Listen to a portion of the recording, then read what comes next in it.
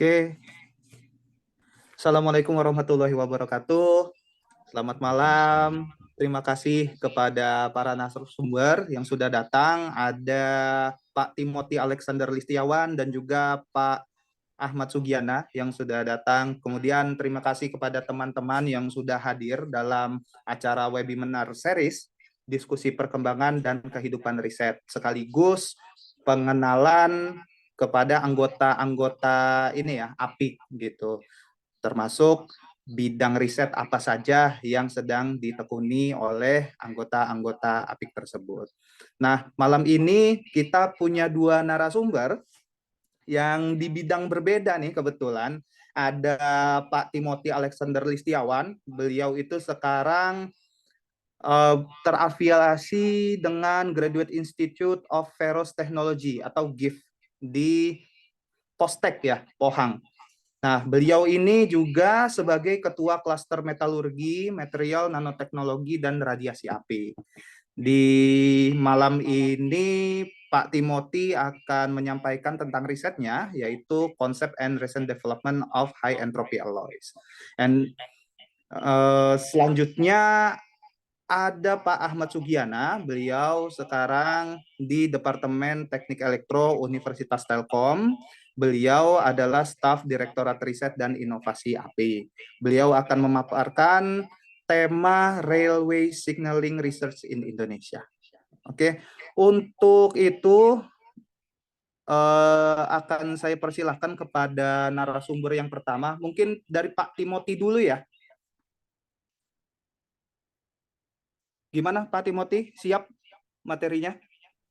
Oke, siap. Oke. Saya izin share screen ya. Ya, jadi masing-masing narasumber saya beri waktu 15 menit untuk presentasi, nanti sisanya akan kita gunakan untuk tanya jawab. Gitu ya. Jadi waktu dan tempat kami persilakan untuk Pak Timothy. Baik, terima kasih Mas Irhas untuk introduction-nya. Selamat malam semuanya. Tadi sudah dikenalkan, saya Timothy, sekarang postdoc di GIF, di Postek, dan sekaligus diberi amanah sebagai ketua klaster di klaster material metalurgi, nanomaterial, dan radiasi. Nah, hari ini saya akan sedikit share tentang riset saya, bidang riset saya, yaitu yang namanya high entropy alloys. Nah, ini kalau orang yang nggak belajar material science, khususnya metallic materials, mungkin agak asing dengernya. Dan saya berusaha akan berikan informasi yang cukup general gitu. Jadi lebih mudah dimengerti, nggak akan terlalu detail. Langsung aja saya mulai. Jadi ini kontennya, sedikit history, kemudian konsep dari high entropy alloys, dan apa-apa sih yang terbaru di bidang high entropy alloys ini. Nah, jadi sebelum masuk ke penjelasan konsepnya, saya mau terangkan dulu apa sih yang namanya high entropy alloy. Jadi by definition itu adalah alloys atau campuran logam yang punya principal elements itu sekitar 4 atau 5 dengan konsentrasi 5-35 atomic persen atau hampir sama rata. Jadi kalau Bapak Ibu bisa lihat di sini ada periodic table, dan campuran-campuran logam itu biasanya dari bagian transition metal, yang dimana ada 38 macam transition metal, dan dia punya properties yang macam-macam, dan karena positive charge dari elemen-elemen tersebut, atau dia stable di oxidation state, dia punya tendensi untuk bisa dibentuk menjadi sebuah campuran atau compound. Nah, high entropy alloy di sini adalah alloy atau campuran logam dari elemen-elemen tersebut, kebanyakan. Jadi bisa di luar itu, tapi kebanyakan di transition elements. Jadi itu by definition tentang high entropy alloy. Dan kemudian ini adalah research trend, dan sebelum research trend, history tentang high entropy alloy, jadi ini cukup baru. Jadi metallic material, kalau Bapak Ibu tahu bahwa ini sudah ada ratusan tahun yang lalu, bahkan ribuan kalau di trace back ke ke sebelum prehistoric event gitu ya. Nah, high entropy law ini cukup baru karena baru ditemukan 2004. Nah, nanti akan saya jelaskan sedikit lebih detail tentang historinya. Dan yang menarik itu di sini number of publications itu naik terus sampai di sini saya bisa beri apa namanya beri banyaknya publikasi itu sampai tahun 2016 dan pastinya bertambah terus sampai saat ini. Jadi masih sangat baru dan masih banyak sekali yang bisa diliti dari material ini. Dan saya akan sampaikan detailnya lebih.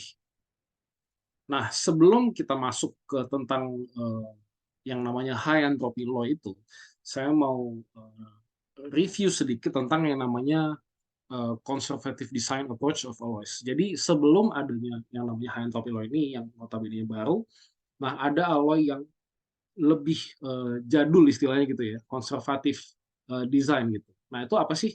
Nah, ini adalah logam-logam yang kita temui dalam kehidupan kita sehari-hari, sudah commercially used atau industrialized gitu. Jadi itu adalah logam atau campuran dengan one major element atau solvent istilahnya, kalau di orang chemistry pasti tahu.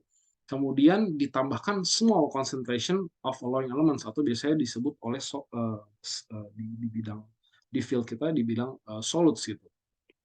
Nah, solvent dan solids ini ketika digabungkan menjadi namanya campuran logam gitu, atau alloys. Nah, kita pasti melakukan hal yang sangat-sangat baik dan benar secara teori dan praktikal. Karena kenapa? Karena alloys-alloys yang ada di commercially available gitu ya, terutama steel alloys, itu diproduksi sekitar 2 miliar ton per tahun. Jadi tiap tahun 2 miliar ton alloy-alloy ini diproduksi dan digunakan commercially. Jadi pasti sudah sangat established dan sangat-sangat praktikal gitu untuk digunakan. Nah, masih di conservative alloy, kenapa kita hanya campurkan small amount of solids ke dalam one major element gitu ya? Yang pertama adalah effective with processing. Jadi contohnya adalah steel. Steel itu adalah material yang sangat versatile dengan sedikit tambahan elemen seperti karbon, silikon, mangan. Itu bisa digunakan di berbagai macam penggunaan gitu ya, mulai dari konstruksi, kapal, mobil dan lain sebagainya. Nah, ini kenapa steel itu banyak digunakan karena efektif untuk processingnya sendiri. Jadi sangat mudah. Kita bisa punya komposisi yang sama, tapi punya sifat-sifat yang berbeda tergantung aplikasinya, bisa dikontrol dari sisi processingnya saja. Dan itu sangat praktikal. Dan kemudian ada yang namanya recyclability. Jadi kalau impurity atau pengotor atau campuran itu kecil, maka otomatis material tersebut akan sangat mudah di-recycle. Nah, ini kalau yang bidangnya chemical engineering, processing pasti ngerti bahwa kalau untuk memisahkan macam-macam campuran itu pasti sulit. Tapi kalau hanya one major element itu jauh lebih mudah. Kemudian jelas low cost. Jadi kalau kita hanya pakai one major element sebagai modal utamanya gitu ya, atau besi atau iron gitu, which is an abundant element, jadi di bumi, jadi pastinya murah tanpa menyampurkan yang banyak itu tadi. Nah, kemudian joining ability juga jadi lebih bagus ketika kita tidak punya alloying elements. Ini di ilmu steel sudah banyak sudah jelas bahwa ketika alloying element ditambahkan akan sangat susah untuk di welding. Dan welding atau joining ability ini sangat penting kalau kita mau membuat untuk aplikasi yang strukturnya itu membutuhkan skala yang besar atau kompleks. Karena akan sangat mudah kalau kita bisa menggabungkan semuanya ketimbang mencetaknya sekaligus. Nah, tentunya kalau kita bisa punya joining ability, maka large scale structure tadi yang saya sudah terangkan akan bisa digunakan. Nah, terus ketika kita mendesain sebuah campuran logam pun, itu banyak sekali consideration yang harus kita perhatikan. seperti toughness, seperti corrosion, kemampuan untuk terosidasi atau tidak, terus fatigue, untuk cyclability, terus mechanical properties-nya juga sangat penting. Dan yang terakhir yang marak digunakan itu adalah biocompatibility juga. Apakah material tersebut bisa digunakan dan cocok untuk tubuh manusia. Nah, itu juga konsiderasi yang harus dipertimbangkan. Nah, dan itulah sebabnya kita menambahkan hanya sedikit saja small amount of solids ke dalam one major element itu tadi, supaya kita bisa lebih mudah memikirkan hal-hal tersebut. Karena ketika kita tambahkan banyak sekali konsentrasi dari solids, maka propertiesnya akan sulit sekali untuk diprediksi. Nah, pertanyaannya, kenapa kita mempelajari high entropy alloy itu tadi? Nah, saya pengen ambil analogi dari sebuah cerita yang saya pernah baca, yaitu adalah cerita tentang Muller Radio Astronomy di Cambridge. Jadi ada orang yang namanya Jocelyn Bell Burnell. Dia adalah ahli astronomi di Cambridge, dan kemudian dengan fasilitas yang ada, dia itu meneliti atau mencoba menangkap periodic signals dari luar angkasa. Nah, yang menarik itu adalah dia melakukan itu tanpa tahu apa sih yang namanya maksudnya periodic signals itu tuh seperti apa dan di mana itu tanpa tahu itu. Jadi hanya meneropong ke luar angkasa sana dan cari tahu apakah ada periodic signals yang bisa kita tangkap. Dan kemudian di tahun 1967 dia menemukan yang namanya periodic signals itu. Dan kalau orang astronomi menerima yang namanya periodic signals itu sangat menarik, karena berarti ada sesuatu di luar sana yang berusaha berkomunikasi dengan kita yang ada di bumi ini. Dan tentunya bukan yang aneh-aneh seperti penemuan atau komunikasi dengan makhluk luar angkasa, tapi dia menemukan yang namanya space pulsars. Saya nggak tahu detail tentang itu ilmu astrofisik. Jadi tapi kemudian di tahun 1974 si Jocelyn Bell Burnell ini menang Nobel Prize karena penemuan space pulsar tersebut kemudian bisa berkontribusi banyak sekali kepada ilmu fisika dan astrofisika. Dan jadi itu menurut saya adalah alasan kenapa kita harus mempelajari yang namanya high entropy alloy.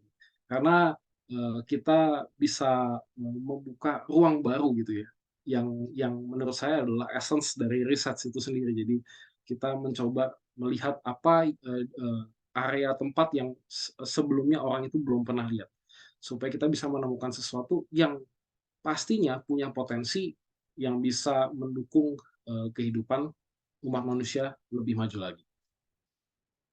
Nah, ini lebih sedikit lagi lebih detail tentang sejarah penemuan high entropy alloy. Dia ditemukan oleh dua orang. Dua orang ini namanya satunya Brian Cantor dari Inggris dan Profesor Yeh dari Taiwan. Dan menarik sekali karena mereka di tahun 2004 itu menemukan high entropy alloy ini di tempat yang berbeda tanpa ada komunikasi. Dan untuk komunitas science atau engineering, ini adalah sesuatu hal yang sangat baik, bisa mengkonfirmasi dua ilmu yang sama di dua tempat berbeda tanpa ada komunikasi. Dan ini adalah salah satu penemuan yang utama. Nah, ini agak teoritis sedikit, di mana ketika itu si Brian Cantor itu mencoba mencampurkan begitu banyak elemen, sekitar 20 komponen alloys, itu banyak sekali. Dan kemudian ketika mikrostrukturnya dilihat, nah itu tentu saja banyak sekali komponen-komponen yang terbentuk, intermetallic komponen yang terbentuk. Dan ini kurang bagus karena otomatis material ini biasanya jadi getas atau brittle ya. Nah, tapi ternyata di komponen itu dia bisa lihat bahwa ada satu area yang ternyata tuh dia kaya akan kobalt, kromium, iron, manganis, dan nikel. Jadi ini menarik karena kemudian dari sini dia punya ide untuk mencampurkan 5 elemen tersebut untuk kemudian akhirnya bisa menemukan yang namanya high entropy alloy. Nah, untuk konsepnya itu sendiri, jadi idenya adalah mencampurkan elemen dengan maksimum configurational entropy. Nah, ini sedikit teoritis juga tentang termodinamik.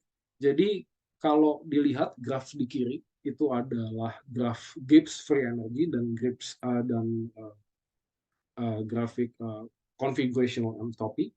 Nah, kalau dilihat ketika material itu punya komposisi atau amount yang sama, maka dia mencapai yang namanya highest configurational entropy dan kemudian punya lowest Gibbs free energy. Dengan demikian, pada saat itulah material itu menjadi sangat stabil dan punya yang namanya highest entropy. Dan dari situlah idenya untuk kemudian mencampurkan alloy dengan komposisi yang sama, equal composition, supaya mencapai maximum configurational entropy. Dan kemudian yang namanya high entropy ini memberikan 4 efek, dan ini sangat terkenal. Pada dasarnya adalah efek yang memberikan sifat yang sangat baik untuk yang sangat bagus atau excellent properties untuk high entropy itu sendiri.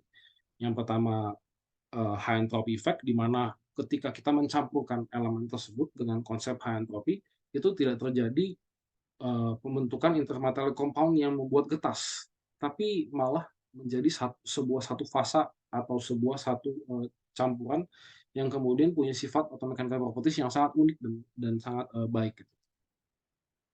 Kemudian dia juga punya slower diffusion rate atau lebih lambat dalam hal transformasi fasa. Ini agak detail, saya nggak punya waktu untuk jelasin semuanya. Dan kemudian ada yang namanya severe lattice distortion juga. Jadi karena banyaknya tipe elemen yang tercampur itu, maka otomatis mechanical properties juga jadi lebih baik. Dan yang terakhir adalah namanya cocktail effect gitu. Jadi kalau Bapak Ibu tahu yang namanya cocktail itu adalah apa namanya istilah yang dipakai orang untuk campuran minuman ya, dan dipakai analoginya di ilmu high entropy alloy. Kenapa? Supaya lebih mengerti, orang jauh lebih mudah mengerti bahwa ternyata kalau kita mencampurkan banyak elemen itu, propertiesnya itu tidak properties dari gabungan dari masing-masing elemen, tapi melahirkan sebuah properties baru. Kalau koktail dicampur minumannya banyak, rasanya jadi baru. Nah ini kalau high entropy alloy dicampur banyak elemen, tapi ada properties yang baru yang tidak dimiliki oleh masing-masing elemen. Tapi ketika dicampur jadi ada. Nah itu yang namanya cocktail effect. Dan kemudian untuk recent studies of high entropy alloy itu banyak sekali yang saat ini sedang diteliti. Yang paling banyak itu mungkin mechanical properties untuk structural applications, kemudian fenomenanya yang diteliti juga banyak dari sisi processing atau fabrication, terus dari sisi functional properties seperti superconductor ataupun refractory untuk high temperature. Jadi cukup banyak hal yang saat ini masih diteliti gitu, di bidang ini. Dan ini adalah contoh atau sekilas riset-riset yang cukup recent yang diteliti dari high entropy alloy. Dan kalau Bapak Ibu bisa lihat grafik ini sangat menarik, apalagi kalau orang material science itu pasti sangat menarik. Kenapa? Karena ini adalah tensile curve yang menandakan kekuatan dari material. Nah ini menarik sekali karena ketika suhunya itu turun, materialnya itu malah makin ulet atau makin ductile.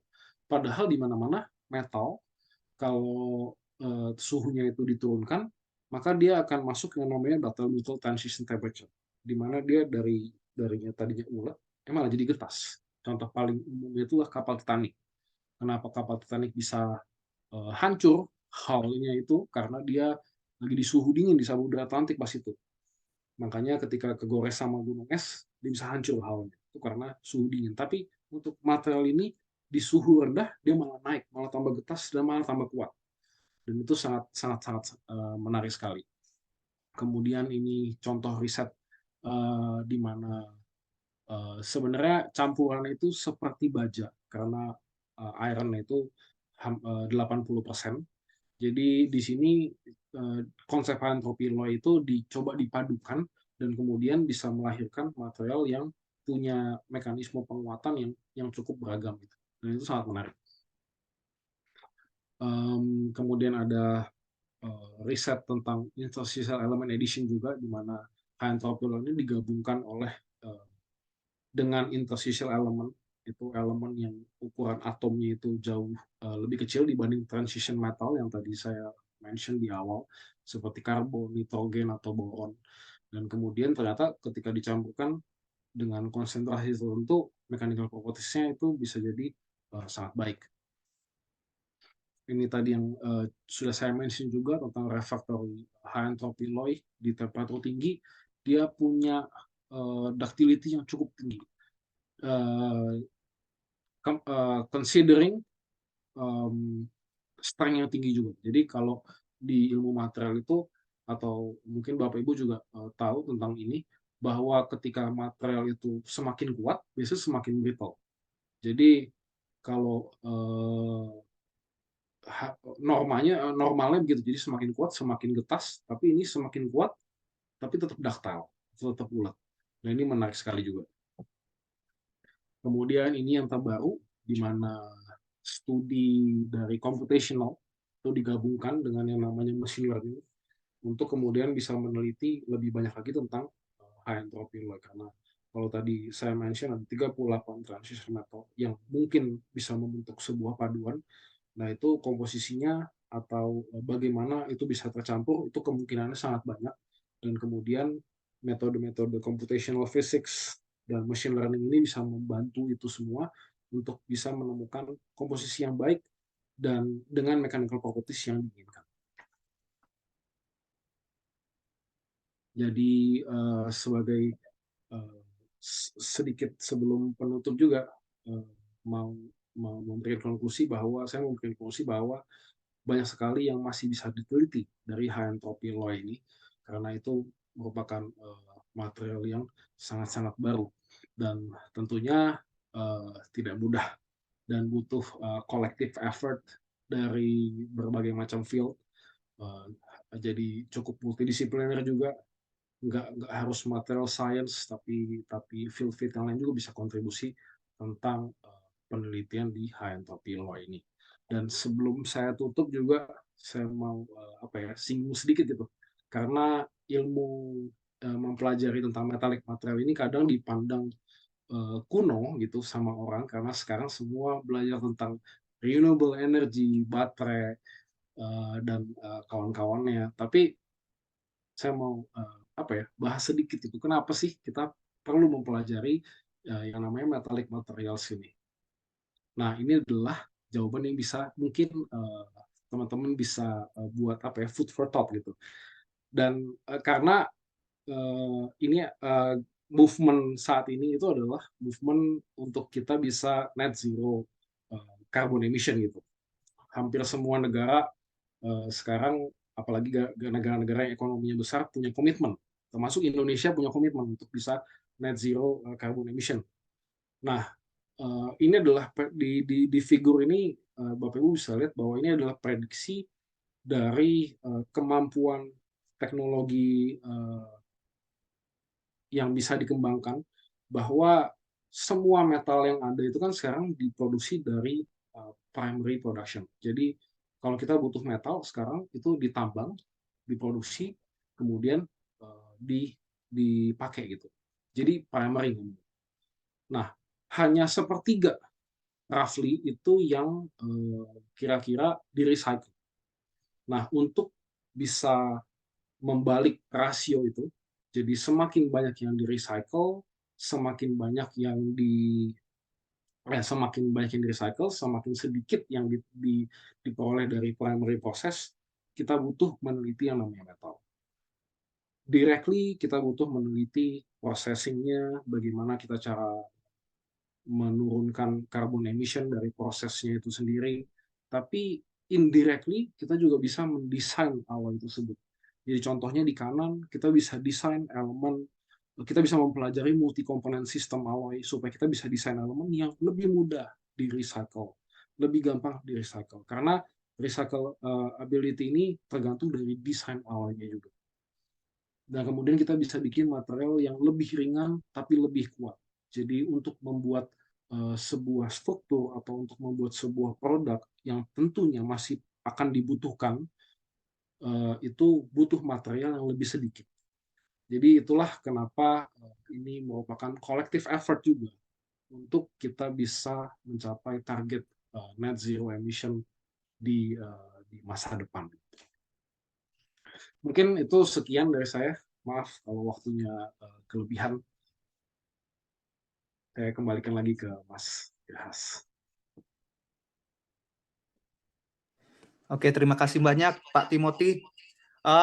Pemaparan yang sangat menarik ya. Ini bidang yang sama sekali di luar bidang saya, jadi menarik sekali bahwa ada materials yang apa ya, baru dan juga punya ini ya advantage yang lebih dibandingkan konvensional materials ya.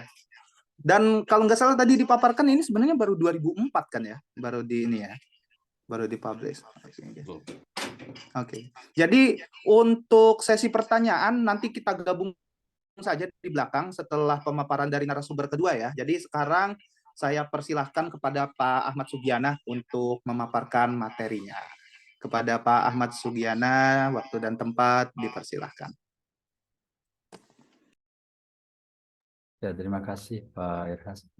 Ya, Assalamualaikum warahmatullahi wabarakatuh. Selamat sore semuanya. Ya ini tentang ini ya. Kalau di judul Future Railway Research ya in Indonesia itu.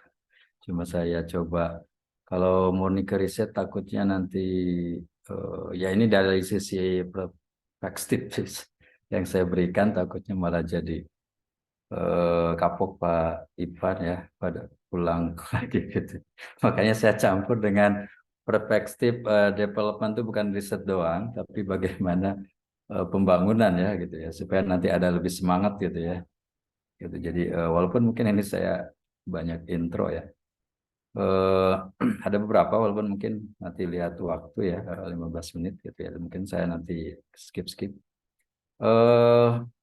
Ya di railway ini memang sifatnya kita terapan ya. Jadi walaupun di beberapa negara kalau yang negara maju karena triple helixnya udah jalan ya, udah apa lancar gitu itu. Jadi ya mereka ide-ide apapun bisa apa ya connect gitu ya dengan si bisnis atau industrinya ya gitu kan ya. Di Indonesia mungkin tantangannya itu juga gitu ya. Jadi karena ya rata-rata saya kalau misalkan di Korea itu untuk kalau sekedar ide-ide simulasi itu ya ditolak ya apa namanya proposal dan macam-macam bahkan coba profesor ngapain misalnya gitu. Gitu. Jadi supaya ada gambaran misalkan di Indonesia seperti apa kita lihat di ya bercermin ke negara-negara yang railway-nya ya cukup maju ya tapi ya di sini tentunya karena saya dulu di Korea mungkin di Korea gitu. Jadi railway itu ya terapan terus kalau konteksnya tadi signaling atau kontrol ya memang tidak bisa dipisahkan dari ya keretanya sendiri ya, atau apa namanya rolling stock gitu ya gitu sehingga ya biasanya penelitian itu terintegrasi atau grup research gitu ya kayak di ya tadi yang kampusnya Pak Irhas dengan apa KRRI itu. Jadi KRRI itu saya dulu tes misalkan ya satu bagian kecil dari part persinyalan itu tentang deteksi kereta aja. Kita bareng-bareng tuh dengan apa Hyundai Rotem dan dari kampus lain yang mereka lagi neliti tentang keretanya gitu. Jadi tesnya itu ya sekaligus gitu. Jadi nggak apa karena kita apa nyewa atau memakai test tracknya itu relnya itu kan bareng-bareng gitu. Jadi jangan misah-misah itu. Tadi relnya memang ya mungkin kalau ini nggak terlalu ini. Jadi kalau kita lihat misalkan ya mungkin yang paling mudah ya gambaran umum lah ya gitu ya. Itu biasanya kan tentang speed ya kecepatan gitu. Jadi bagaimana ya karena transportasi jadi tujuannya memindahkan orang atau barang dari satu titik ke titik lain gitu secara masif. dan secepat mungkin gitu ya. Dan ya kalau kita lihat ya mereka ya Korea juga program pengembangan risetnya tentang railway itu dia tadi melihat juga negara-negara lain gitu. Jadi dia misalkan kecepatan ya sekarang mungkin yang paling cepat siapa Perancis ya 600 per jam kalau untuk yang konvensional ya. Kalau yang maglev kan dia Jepang gitu ya gitu kan. Nah, ini dan ada yang terbaru itu namanya Hyperloop ya, jadi sampai 1.200 km per jam, jadi hampir sama bahkan mungkin lebih dari pesawat gitu ya. Nah, beberapa negara itu sampai ke situ. Nah, jadi ke railway sistemnya dulu gitu kan ya, baru nanti signaling itu ngikuti gitu kan ya. Jadi kita nggak bisa railway signaling atau railway control itu misah dari visi misi dari si railway system. Gitu makanya kalau kita di Indonesia ya memang banyaknya lebih kita ya project ya gitu kan. Jadi master plan atau apa itu memang agak susah gitu kalau kita dapatkan. Jadi kalaupun ada master plan nasional gitu itu lebih cenderung ke arah pembangunan ya. Jadi bukan jadi kalau bukan ke pengembangan nanti mau seperti apa sehingga nanti baru riset-riset itu mensupport tuh master plan subsistem dari railway itu gitu. Jadi kalau di Korea misalkan ya memang ya ada target tuh ini 2012 ya mungkin udah jauh ya ini 430 walaupun dia ternyata kan udah jadi tapi nggak dipakai di Korea tapi dia dijual di Turki kalau nggak salah gitu kan sama dipasarkan di negara-negara lain gitu kan. Baik, sehingga perkembangan persinyalan pun hanya ngikuti gitu ya. Itu sampai sekarang tuh mereka punya master plan sampai 2040 atau 30 ya salah gitu. Jadi dia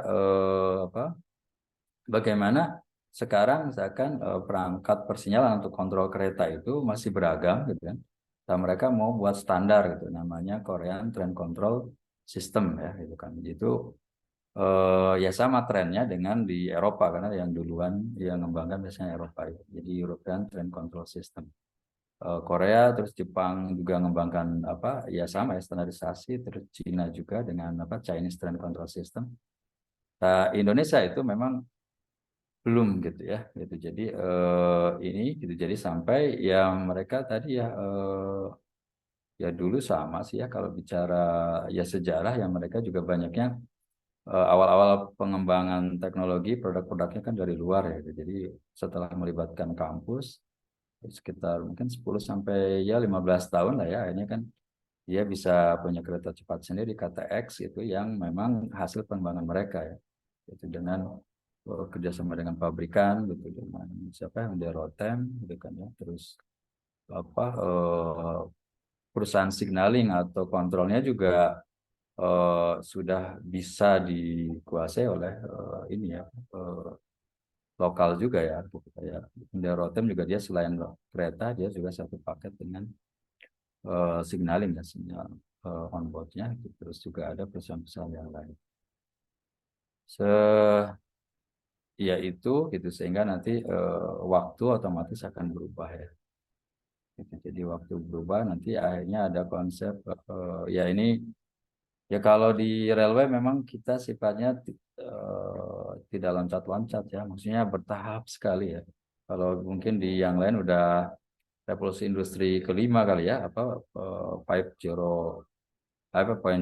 kalau ini 4.0 gitu. Jadi dan kita libatin ya AI, IoT atau big data gitu. Nah ini riset-risetnya segini.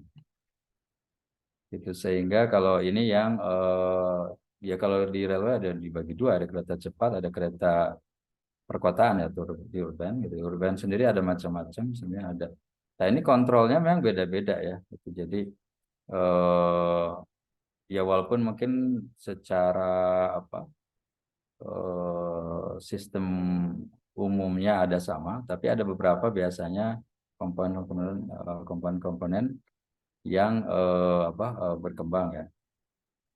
Dan sifatnya kalau yang urban biasanya ini trennya ke arah driverless ya, jadi tanpa masinis gitu ya. Apalagi buat negara-negara yang dia penduduknya sedikit ya. Tapi kalau negara-negara kita sebenarnya sih urban itu ya masih debatable juga ya. Driverless itu sebenarnya lebih apa? Karena lebih aman gitu, lebih safety atau enggak gitu apa dibandingkan yang biasa. Itu sebenarnya memang tergantung dari apa disebutnya headway ya. Jadi apa jarak berangkat antar kereta itu. Jadi biasanya kalau di Korea mungkin kalau naik subway rata-rata paling cepat berapa ya? Mungkin kalau pagi ya peak hour mungkin 4 menit lah ya. Jadi dari kereta satu ke kereta berikutnya mungkin 4 menit ya. Jadi kalau dibicara pengembangan teknologi itu sampai dalam ordernya bukan menit ya, tapi detik ya. Jadi 60 detik ya. Itu katanya di Cina ada sampai apa apa namanya subway yang 90 detik dan itu biasanya driverless tanpa masinis. Oke, ya ini yang kecepatan tinggi. Jadi selain Hyperloop, terus ya tadi maglev gitu ya. Gitu. Jadi ya ini yang ini ya maglev di beberapa negara sebenarnya sudah dikembangkan ya. Bahkan 2030 di Dubai di apa Dubai itu Emirat Arab gitu ya. Itu mereka bukan sekedar riset tapi benar-benar jadi di project gitu ya, juga real projectnya. Jadi 2030 itu dia akan launching apa namanya Hyperloop ya. Ya gitu ya mungkin ini nggak terlalu dan ya ini tren untuk apa? Jadi di tren kontrol atau persinyalan itu atau di railway control itu banyak melibatkan macam-macam ya gitu. Jadi saya kadang kalau cerita itu apa riset yang apanya gitu. Kalau tentang onboardnya, jadi misalkan yang di sini komputer yang di kereta gitu, itu juga cukup ini ya detail gitu kan. Jadi kita harus apa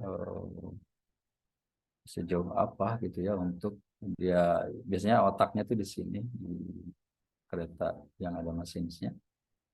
Terus nanti wirelessnya itu ya trennya untuk komunikasi data biasanya untuk ngatur perjalanan ya. Jadi bahwa dia itu kalau kita mungkin nyebut di kereta juga movement authority ya. Jadi dia kalau kita jalan itu atau bergerak itu sampai sejauh mana gitu boleh berjalan itu datanya itu dia dikirim kalau dulu pakai konvensional biasanya ada lampu sinyal itu ya. Kalau sekarang banyak langsung pakai wireless ya. Itu dan tidak ada sinyal di luar jadi langsung di sini dan dikontrol lewat disebutnya ini operation control atau operation and command center gitu kan. Tren yang paling baru disebutnya autonomous itu adalah ini apa? Jadi tanpa ada disebutnya ground center train control system gitu. Jadi komunikasi antar kereta aja kayak manusia gitu ya. Jadi mungkin kayak Google itu ya, mobil Google gitu gitu kan. Dia apa tanpa ini autonomous gitu, tanpa driver gitu ya, dan dia apa pergerakannya komunikasi dengan antar ya si mobil kalau ini antar kereta gitu. Jadi makanya tidak perlu lagi kontrol di sini ya, kontrol center di sini. Itu di dunia ya gitu. Cuma kalau kita lihat ke Indonesia gitu ya. Jadi ya kita masih belum ini ya masih jauh gitu ya. Kalau bicara riset apalagi gitu ya. Kalau bicara eh, apa implementasi itu ya produk-produk teknologi railway signaling kita mungkin nggak terlalu ketinggalan ya. Kita ada nanti rencana yang driverless itu di LRT Jabodebek sebenarnya. Kalau yang existing itu biasanya ya di Jawa, Sumatera ya. Terus sekarang ada Sulawesi ya sebenarnya gitu kan ya. Itu sama mungkin KRL lah ya di Jabodetabek itu sebenarnya kontrolnya konvensional bahkan tanpa ada namanya automatic ground protection. Jadi intinya hanya mengandalkan si masinis. Jadi kalau masinis misalkan dia langgar atau kemarin tabrakan di bukan tabrakan, nabrak ya di Sumatera itu kereta barang. Itu masinisnya ngantuk gitu ya, dia ngelanggar, akhirnya nggak ada alat yang otomatis melindungi gitu. Jadi akhirnya itu yang konvensional tanpa disebutnya train protection atau bahasa ininya sekarang train control. Itu yang existing. Kalau yang baru-baru sih memang sudah dilengkapi dengan train control. Jadi kalau masinisnya dia lupa atau dia melanggar, dia udah ada otomatis brake ya, braking system. Ini yang kereta cepat kita pakai ya standar Cina ya, jadi Chinese train control system Cina. Kalau yang MRT Jakarta itu rencana yang sudah jalan kan fase 1 ya, jadi CBTC, jadi masih ada masinis, tapi masinisnya dibatasi perannya hanya sebatas ini ya namanya tutup pintu ya, tutup pintu gitu supaya nggak kejepit orang di Indonesia, takutnya nggak biasa. Kalau buka pintu dia otomatis, terus motion juga otomatis ya, atau pergerakan sama pengereman. Gitu. Jadi tugasnya lebih ringan gitu ya. Jadi nanti istilahnya grade of automation, GOA itu. Itu yang kedua. Kalau yang ketiga sama sekali tidak ada masinis ya. Gitu. Jadi semua pakai komputer atau nyebutnya onboard. Ini yang kereta ini ya inilah railway signaling system gitu. Kalau secara real produknya ini untuk CTCS ya. Jadi Korean Train Control System juga sama. Jadi kita di railway control atau signaling itu memang jadi banyak melibatkan macam-macam ya. Jadi wireless, radar dan macam-macam sehingga multidisiplin ilmu. Sehingga saya kadang kalau dibilang ahli persinyalan konteksnya apa dulu gitu kan ya. Apakah radar untuk detection speed detection atau onboardnya atau GSMR-nya wireless-nya gitu kan ya. Atau ininya centralized traffic control-nya gitu, yaitu banyak sekali, belum balis itu atau transponder gitu. Itu mungkin sebelum di akhir ini waktunya udah ini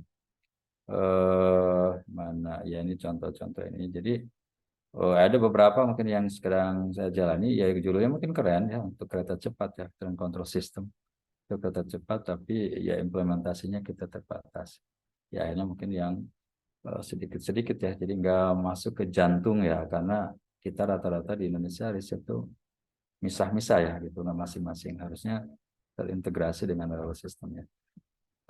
Tantangannya memang tadi ya gitu, jadi triple helix kita masih belum benar-benar ini, walaupun skema sekarang support misalkan ada skema penelitian funding dari BRIN sama ini Kedereka atau dari Dikti itu ada, tapi realisasinya itu nggak mudah. Terus iya, jadi ekosistemnya itu juga nggak mudah gitu ya. Jadi akhirnya banyak peluangnya sebenarnya di project ya, jadi opportunistisnya itu. Jadi orang-orang yang ahli itu jadi ya banyak ditarik ke project-project pembangunan, mau desain, review, terus ya ngawasi gitu ya, dan lain-lain. Saya sendiri sekarang pegang beberapa tadi ya terlibat project ya gitu. Sampai kalau nggak dibatasi ya susah sekali. Dan peluang yang lain mungkin kalau di riset ya belum banyak gitu ya tentang railway signaling gitu ya. Itu ya dari sisi ya peluang ya. Dan terakhir mungkin sampai saya di kampus buat juga namanya Center of Excellence Railway System ya. Jadi saya sampai ya karena masih sendirian ya. Maksudnya yang benar-benar menggeluti railway, padahal di situ banyak multidisiplin ilmu gitu. Saya sampai minta cari aja, silakan yang tertarik untuk gabung dengan Telyu. Kalau yang mau pulang gitu ya, saya sendiri set tentang yang mau agak-agak tertarik di railway, bisa gabung dengan saya karena itu bisa ada special track untuk masuk ya dia di dosen Telyu lah atau researcher di Telyu.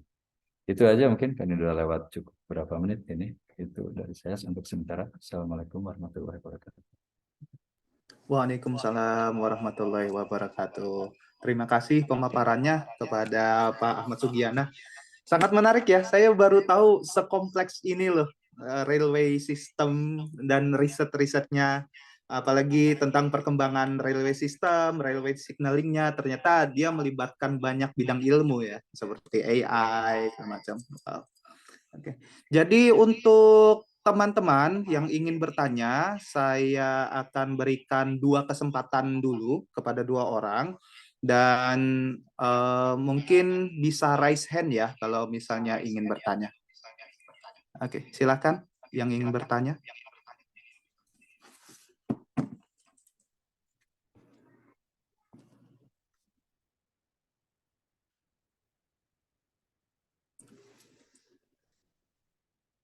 Mungkin Prof. Ivan? Oh, ini tepuk tangan ya, bukan raise hand. Boleh nanya pendek aja Pak Irhas kalau boleh. Boleh, silakan Prof. Saya jadi nostalgia Pak Ahmad. Dulu waktu saya di Postek mulai postdoc itu sempat mau riset ke Hyperloop Pak. Terus ternyata baru tahu, Hyperloop dari arah ini ya, instalasi sistemnya. Harusnya kan eh, kalau Hyperloop diinstal harus mendukung sistem transportasi yang sudah ada. Jadi pemasangan stasiunnya nggak boleh sembarangan dari sisi lokasinya. Tapi berarti Hyperloop yang ini aja Pak untuk update info Pak, mungkin jadi riset ke sana lagi tentang yang terbaru berarti di Dubai itu Pak ya? Itu bukan riset project, Pak. Kalau riset semua negara melakukan tuh, Pak. Kalau Dubai hebat, uangnya banyak kayaknya gitu. Oh, oke, tapi yang implementasi benar-benar paling bagus ke sana Dubai berarti Pak ya? yang pertama ya. Oh, oke. Ya, itu aja Pak, terima kasih diingatkan kembali. Terima kasih Pak Iras. Oke, terima kasih Prof. Ivan. Silakan bagi yang ingin bertanya bisa langsung raise hand ya. Bisa langsung bertanya ke 2 narasumber sekaligus, silakan. Atau kalau belum ada, saya sebenarnya punya pertanyaan sih buat para narasumber. Sambil nunggu yang ini ya, yang ingin bertanya. Untuk Pak Timothy, ini kan kalau untuk kantor Alois ini kan dia termasuk baru ya, penemuan baru. Tapi kalau untuk sistem sintesisnya, untuk bikin si kantor Alois ini, apakah kita perlu teknologi yang khusus atau memang pakai teknologi yang sudah dipakai gitu? Terus untuk Pak Ahmad, saya penasaran sih, kalau misalnya kita mengembangkan kereta cepat kan, sistem kereta cepat tuh, seperti yang kita lakukan kerjasama dengan Cina, itu apakah teknologi dari railway sistemnya, terus railway signalingnya, itu semua tuh ditransfer gitu ke pihak Indonesianya, atau ada beberapa yang memang kita harus kembangin sendiri, kayak gitu. Itu aja, terima kasih. Saya jawab dulu kali ya. Singkat aja. Kalau untuk memang alloy-nya baru, tapi metode yang digunakan sih bisa konvensional. Tapi memang sulitnya itu karena kalau di high entropy alloy kita mau minimalisir impurities element ya. Jadi otomatis prosesnya itu harus yang cukup apa ya detail untuk meminimalisir impuritiesnya. Seperti contohnya vacuum. Jadi banyak sekali proses sekarang untuk membuat hantropilo ini mengadopsi sistem vacuum. Jadi di vacuum dan kemudian proses sintesisnya atau pembuatannya itu di dalam di bawah kondisi argon gas yang inert atau dalam kondisi vacuum. Tapi sebenarnya untuk membuatnya sendiri pakai sistem yang atau metode yang konvensional pun bisa. Cuman untuk meminimalisir impurities tadi itu mungkin sedikit lebih advance gitu ya. Dan ini juga salah satu alasan kenapa mungkin dalam waktu dekat ini yang namanya hantropilo ini belum bisa diaplikasikan di industri karena memang prosesnya itu tadi masih tidak 100% bisa mengadopsi yang konvensional. Paling itu sih. Oke, terima kasih Pak Timothy. Silakan kepada Pak Ahmad Sugiana, Pak, untuk menjawab. Baik. Ya sambil tadi nambahkan yang Pak Irfan ya. Jadi kalau riset Hyperloop tuh ya kan yang Elon Musk itu ini ya di Amerika gitu kan ya, terus di Jerman, di negara-negara maju, Cina juga sama ya, Korea, Jepang. Itu jadi mereka apa ya butuh waktu ya untuk ininya apa, kapan misalkan implementasinya gitu. Cuma kalau yang Dubai itu gitu dia walaupun yang lain masih riset, dia menggelontorkan dana gitu untuk dia jadi ya itu kalau misalnya perusahaan Eropa ya gitu, atau Amerika itu yang di hire-nya. Jadi Hyperloop itu walaupun Emirat Arab itu sebenarnya nggak terlalu luas juga ya. Nah, kalau konteks untuk kereta cepat yang sekarang di Indonesia ya Jakarta Bandung gitu ya, di ya istilah transfer teknologi kadang apa ya itu kadang mungkin itu jadi bagian yang perlu dikaji, bukan dikaji ulang ya gitu, mungkin nanti eh, di APIK mungkin buat semacam rekomendasi. Jadi transfer teknologi itu harus seperti apa gitu ya. Supaya kadang ya kita jadi banyak ya kalau apa ya pejabat publik itu kan jadi sebenarnya jadi latah aja ya gitu. Jadi di project itu secara itunya sih relatif tanda kutip ya tidak ada gitu ya. Itu kalaupun diajak partneran misalkan ya dia ngelibatin mana tuh gitu kan ya industri dalam negeri gitu ya, tapi tetap hanya yang tertentu aja gitu ya. Kalau ingin real memang kalau kita lihat ya pengalaman China sendiri ya dalam mengembangkan kereta cepat ya. Dulu mereka itu untuk mengembangkan benar-benar bisa mandiri gitu kan ya. Itu sebenarnya kan dia dari Shinkansen ya. Jadi dia ingin beli itu desain awal tapi yang jadul ya, istilahnya desainnya itu yang Shinkansen versi keberapa gitu ya. Itu yang dibeli itu tapi disyaratkan oleh Jepang harus beli keretanya juga, bahkan mungkin banyak ya atau 1.000 transit atau 1.000 kart gitu ya, ribuan kart gitu ya. Tapi memang support pemerintahnya bagus ya, jadi dia ya udah dipenuhi gitu kan persyaratan itu, dan akhirnya dia beli, terus desainnya dapat walaupun yang itu versi yang paling lama misalkan ya, tapi kan yang baru-baru kan dari situ ya, jadi akhirnya dia sampai berapa tahun, mungkin 10-15 tahun akhirnya dia ngembangkan sendiri ya, termasuk persinyalannya itu. Kalau keretanya kan dia dari Shinkansen, kalau persinyalan dia gandeng dari Eropa itu ya, untuk ngebangun CTCS tadi ya, standar train control China sendiri itu. Dan setelah mereka, dan itu memang melibatkan ini ya lembaga riset sama kampus gitu ya gitu, dan memang di sana masif juga ya gitu. Jadi bahkan kan ada asosiasi kalau di persinyalan itu, ada asosiasi persinyalan dunia gitu kan. Dan tiap negara biasanya ada, di Indonesia terus kebetulan saya juga pengurus di situ, di China juga ada. Karena di railway itu apa ya, kita pengembangan itu nggak cukup dengan ini ya kalau konsep kontrol umum ya persyaratannya itu tidak serigid kompleks. Kalau di railway itu kan ada dia persyaratan standar ya gitu. Jadi misalkan yang paling umum itu misalkan dia sistemnya harus redundant gitu. Jadi harus ada double. Kalau mungkin kontrol umum kayak kita HP ngapain di dalamnya misalkan kita ada prosesornya dibuat double gitu kan ya. Itu mahal kan jatuhnya.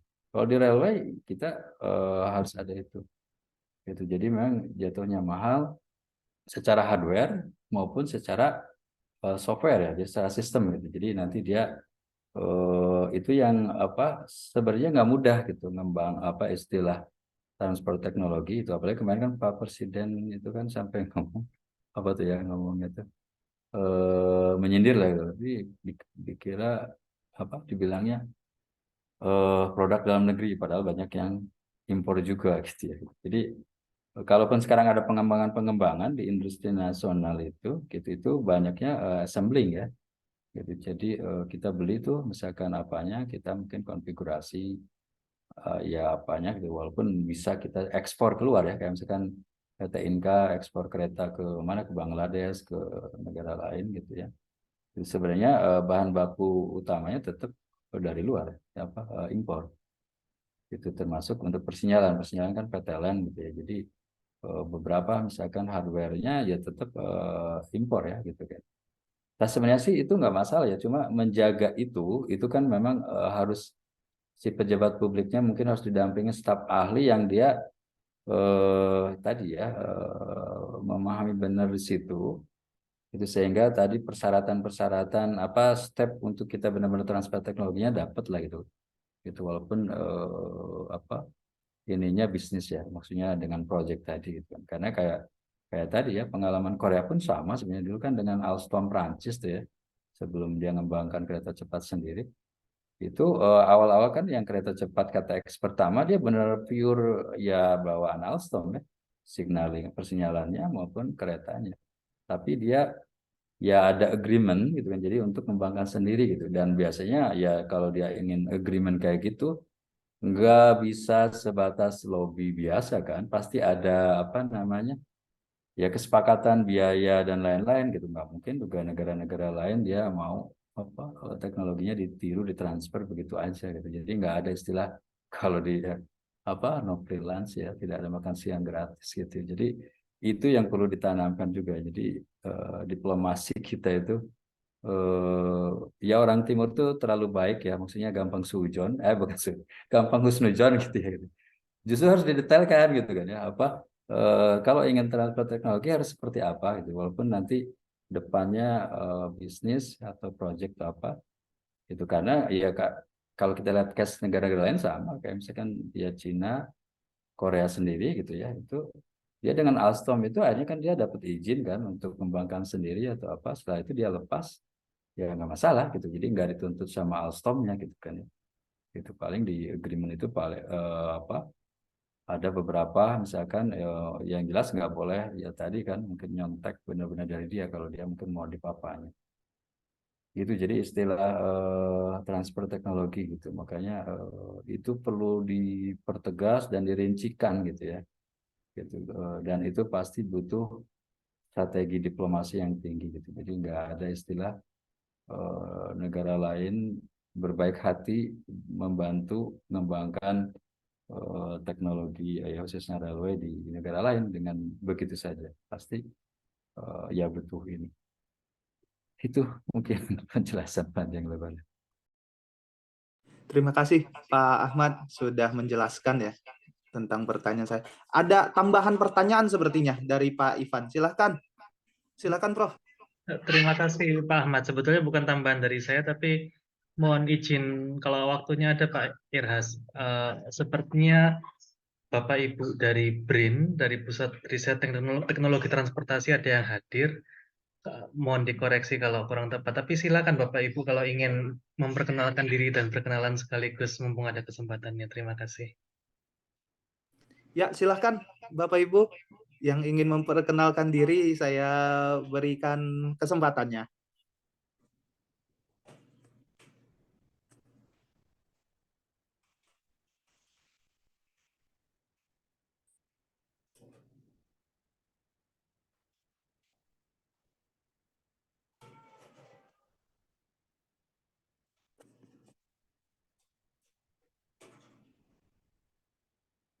Iya, silahkan Bapak atau Ibu. Atau yang ingin bertanya, silahkan deh. Raise hand atau langsung bertanya kepada narasumber kita. Ini ada Pak Timothy, ada Pak Ahmad juga.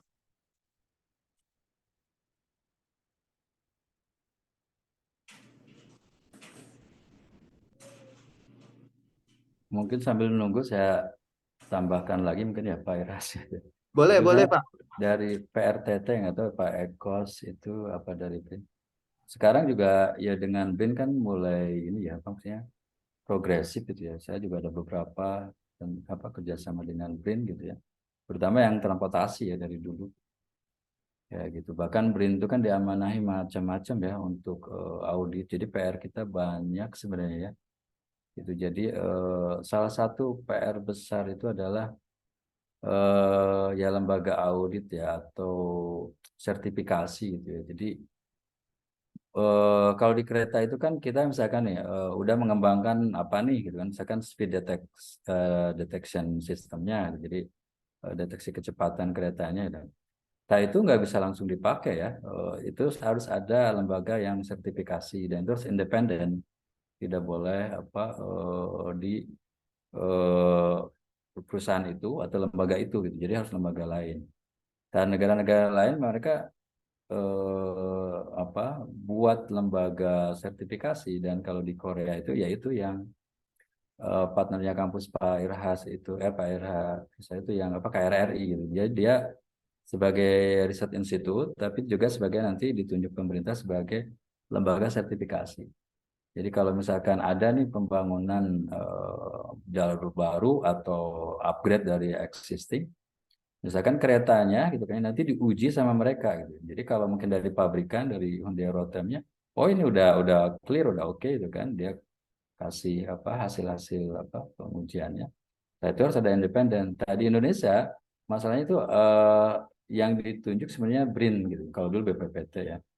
Nah ini apa ya PR besar tersendiri gitu ya. Karena kita banyak juga proyek-proyek, saya aja ngawal di DKI Jakarta ada LRT, MRT aja sampai 4 fase, LRT itu sampai mungkin 5 sampai 6 fase juga kan, yang LRT Jakarta apa Rawamangun Kelapa Gading itu ya, Velodrome Kelapa Gading itu kan baru fase 1 cuma 6 kilo, nanti ada fase 2 sampai fase mungkin ke 6 ya.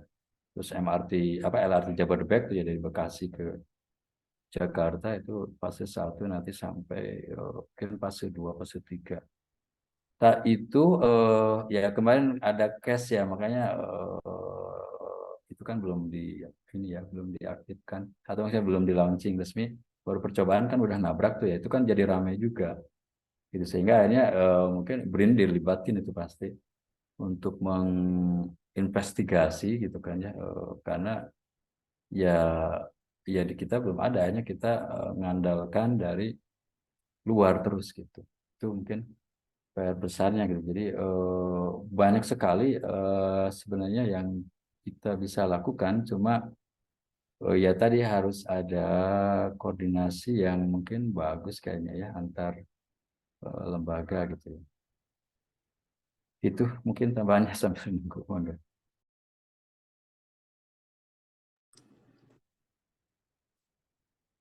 Ya, terima kasih Pak Ahmad atas penjelasannya. Memang harus ada koordinasi dan semuanya harus terintegrasi ya untuk ini pengembangan ini. Oke, silahkan. Saya masih beri satu kesempatan bagi bapak-bapak, ibu-ibu yang ingin bertanya. Kedua narasumber ada Pak Timothy dan juga Pak Ahmad. Silahkan raise hand kalau ada pertanyaan. Kalau tidak ada, mungkin kita bisa akhiri ya buat ini pengenalan anggota APIK pada malam ini. Saya beri waktu. Ada yang ingin bertanya kah? Mas Iras, aku mau nanya Ya. ke Pak Ahmad sedikit. Boleh. Silakan. Ya, pertanyaan awam sih, karena kan aku nggak tahu banyak soal field ini.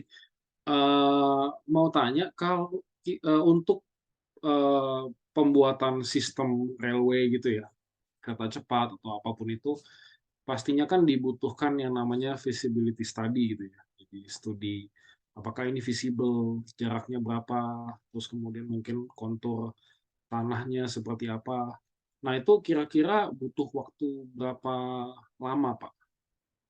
Terus tergantung apa lamanya waktu visibility study-nya ini, kira-kira yang menentukan itu butuh waktunya berapa lama dan terus kemudian kira-kira range-nya itu berapa lama, itu gimana Pak?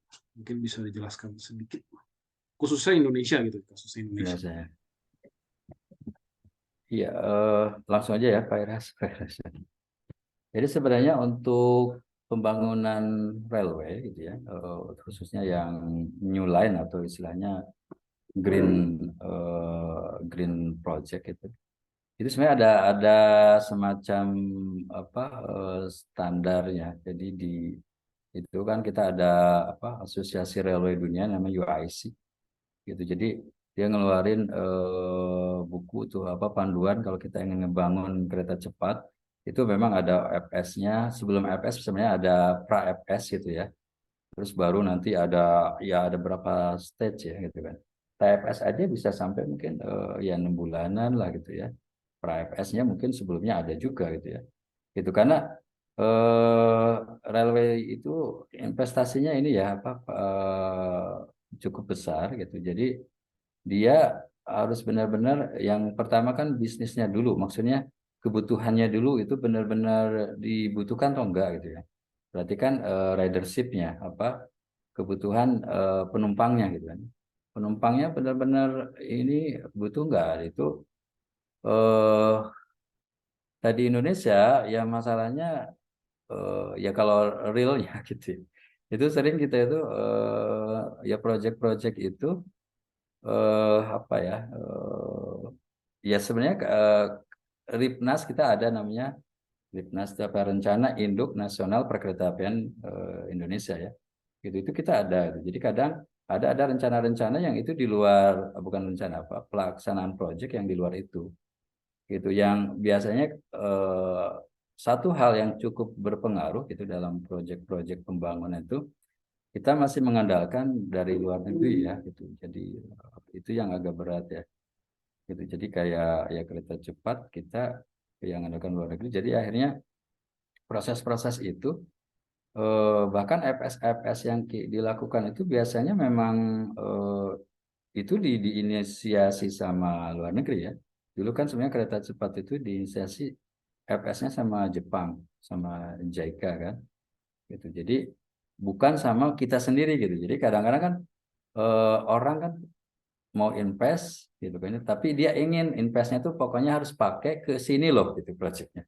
Jadi sampai ada loan-loan yang dia udah mensyaratkan nggak boleh dipakai yang lain itu khusus untuk railway ini khusus untuk ini gitu kan ya itu jadi akhirnya tuan rumah harusnya kan yang lebih tahu permasalahan ya secara realnya bahwa kita butuh nggak sih kan gitu ya makanya kan kemarin yang kereta cepat itu kan debatable ya jadi Jakarta Bandung lagi cuma pendek gitu kan ya ya walaupun sebenarnya ada di beberapa negara kalau pendek jangkauannya sih ada yang lebih pendek lagi ya ada cuma 90 kilometer ada cuma 60 ya gitu kan atau di Taiwan tuh berapa kilometer ya itu apa ya maksudnya bukan masalah pendek atau panjang ya tapi ridership-nya benar-benar dibutuhkan atau enggak karena kayak yang apa tuh LRT MRT aja itu awal-awal tuh sebenarnya eh ya belum tentu dia mencapai target ya ridership-nya misalkan sekarang dulu contoh misalkan MRT Jakarta lah ya misalkan dia sampai berapa tuh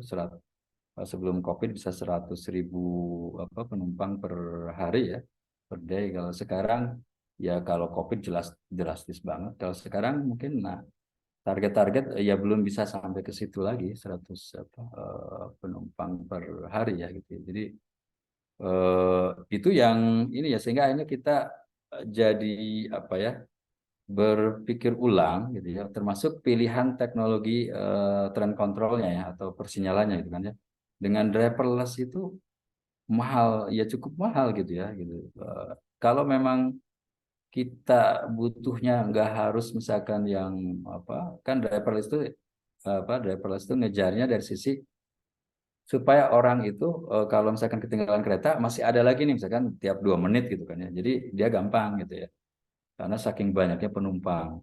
Kalau ternyata tidak sampai segitu ya, misalnya nggak sampai 2 menit ya paling ini 4 menit, sebenarnya pakai teknologi yang enggak apa driverless juga nggak masalah kan gitu ya. Jadi biaya lebih murah, terus ya penumpang tetap bisa kita penuhi ya kebutuhannya.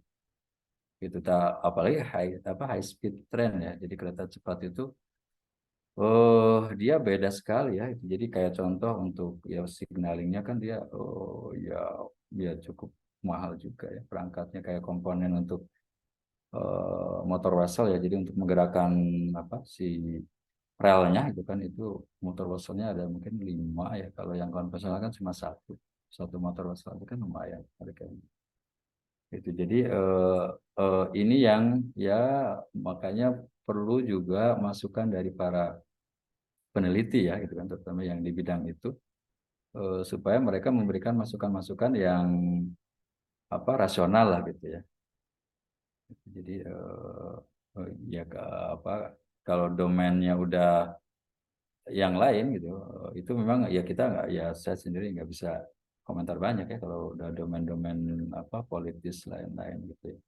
Jadi, tapi kalau domain teknis ya itu bisa kita perdebatkan lah ya, kita bisa diadu argumen seperti itu. Tinggal nanti ya memang butuh nanti pejabat publik yang memang dia ya dibilang ya integritasnya itu yang yang benar-benar diperlukan. Itu mungkin tambahan saya, Pak Ikhlas, Pak Timothy. Ya, gimana Pak Timothy? Apakah ada lagi yang ingin ditanyakan, Pak? Saya pikir enggak sih. Oke. Oke, terima kasih banyak kepada Pak Timothy dan juga Pak Ahmad Sugiana. Berhubung waktunya udah, ini ya, sebentar lagi jam 10. Jadi mungkin kita akhiri saja pertemuan pada hari ini. Sekali lagi terima kasih banyak atas pemaparan yang sangat insightful dari kedua narasumber ini. Ada beberapa info yang ingin saya sampaikan sebelum kita tutup acara ini. Jadi teman-teman bisa lihat di chat Zoom-nya itu ada link untuk memperbarui informasi tentang member APIK ya. Jadi kalau misalnya teman-teman misal udah berubah statusnya yang tadinya ini PhD student jadi postdoktoral atau ada perubahan tempat kerja, bisa update di link tersebut. Atau bisa juga teman-teman yang baru di APIK, yang baru datang ke Korea, misalnya baru ngambil program PhD, atau buat teman-teman yang sebelumnya belum tahu APIK, tapi sebenarnya eligible buat jadi anggota APIK, silahkan untuk mendaftar ya di website APIK tersebut. Itu saja. Dan oke, terima kasih banyak buat yang sudah hadir. Terima kasih juga buat para narasumber. Dan semoga apa yang kita dapatkan di pertemuan ini bermanfaat. Dan sampai ketemu di webinar series APIK berikutnya. Terima kasih, selamat malam, dan salam sehat selalu.